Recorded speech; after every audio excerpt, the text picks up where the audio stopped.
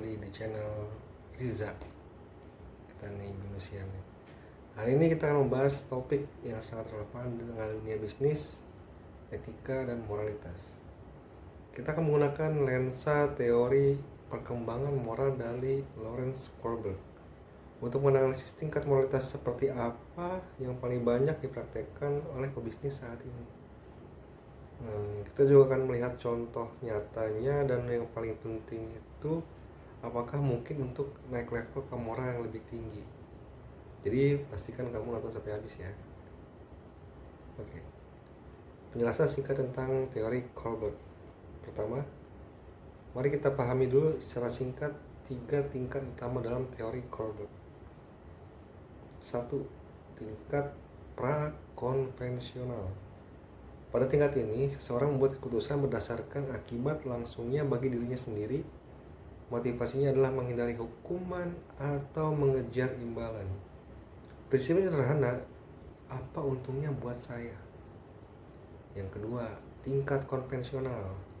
Di sini, individu mulai peduli dengan pendapat orang lain dan mematuhi norma sosial serta hukum.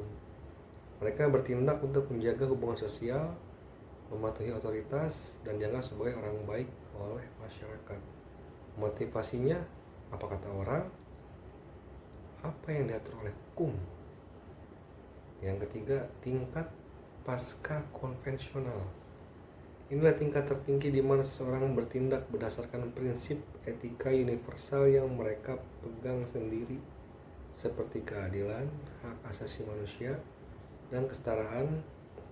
Mereka mungkin bahkan melanggar hukum jika hukum tersebut tidak adil. Motivasinya tuh apa yang benar secara prinsip. Tingkat mana yang paling banyak dipakai dan contoh nyata? Nah, sekarang menurut saya yang paling banyak digunakan pebisnis saat ini adalah tingkat konvensional. Kenapa? Karena dunia bisnis modern itu sangat diatur oleh hukum, compliance atau kepatuhan, dan tekanan reputasi. Sebagian besar perusahaan bertindak secara baik karena mereka harus melakukannya untuk mematuhi regulasi, menghindari denda, menjaga citra merek, dan memuaskan pemegang saham. Mereka itu tidak selalu melakukannya karena keyakinan moral yang mendalam, tapi karena itu adalah aturan main yang harus diikuti. Contoh nyata, mari kita lihat kasus TikTok yang sedang hangat nih.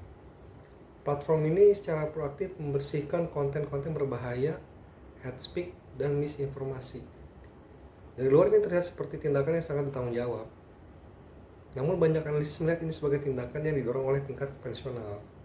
Mereka patuh pada tekanan regulator dari berbagai negara seperti Uni Eropa atau US untuk menghindari larangan operasi atau denda yang sangat besar. Motivasi utamanya adalah mematuhi hukum dan menjaga kelangsungan bisnisnya, bukan semata-mata karena prinsip kebebasan berekspresi yang sehat adalah nilai universal mereka.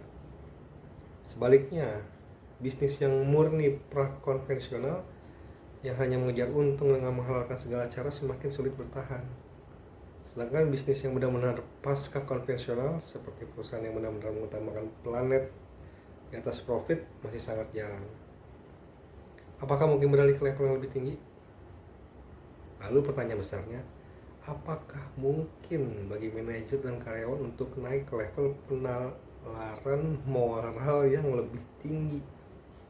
Jawaban saya, sangat mungkin.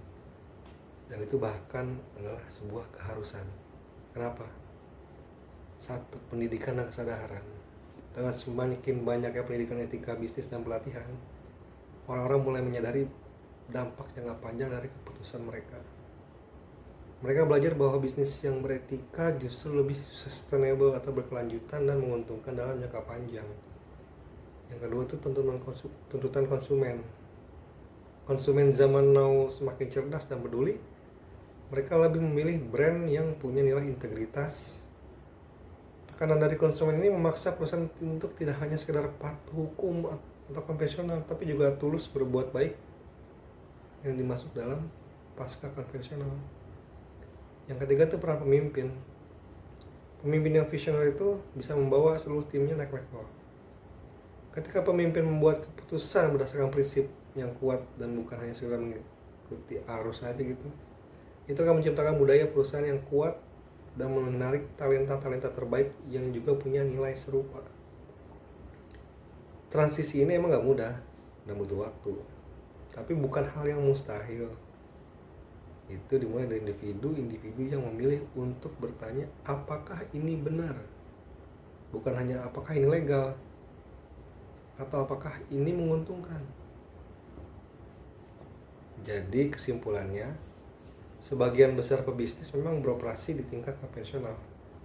Mereka patuh pada aturan, namun ada gerakan yang perlahan tapi menuju pasti ke tingkat pasca konvensional, didorong oleh konsumen, pemimpin visioner, dan kesadaran bahwa bisnis yang baik adalah bisnis yang beretika.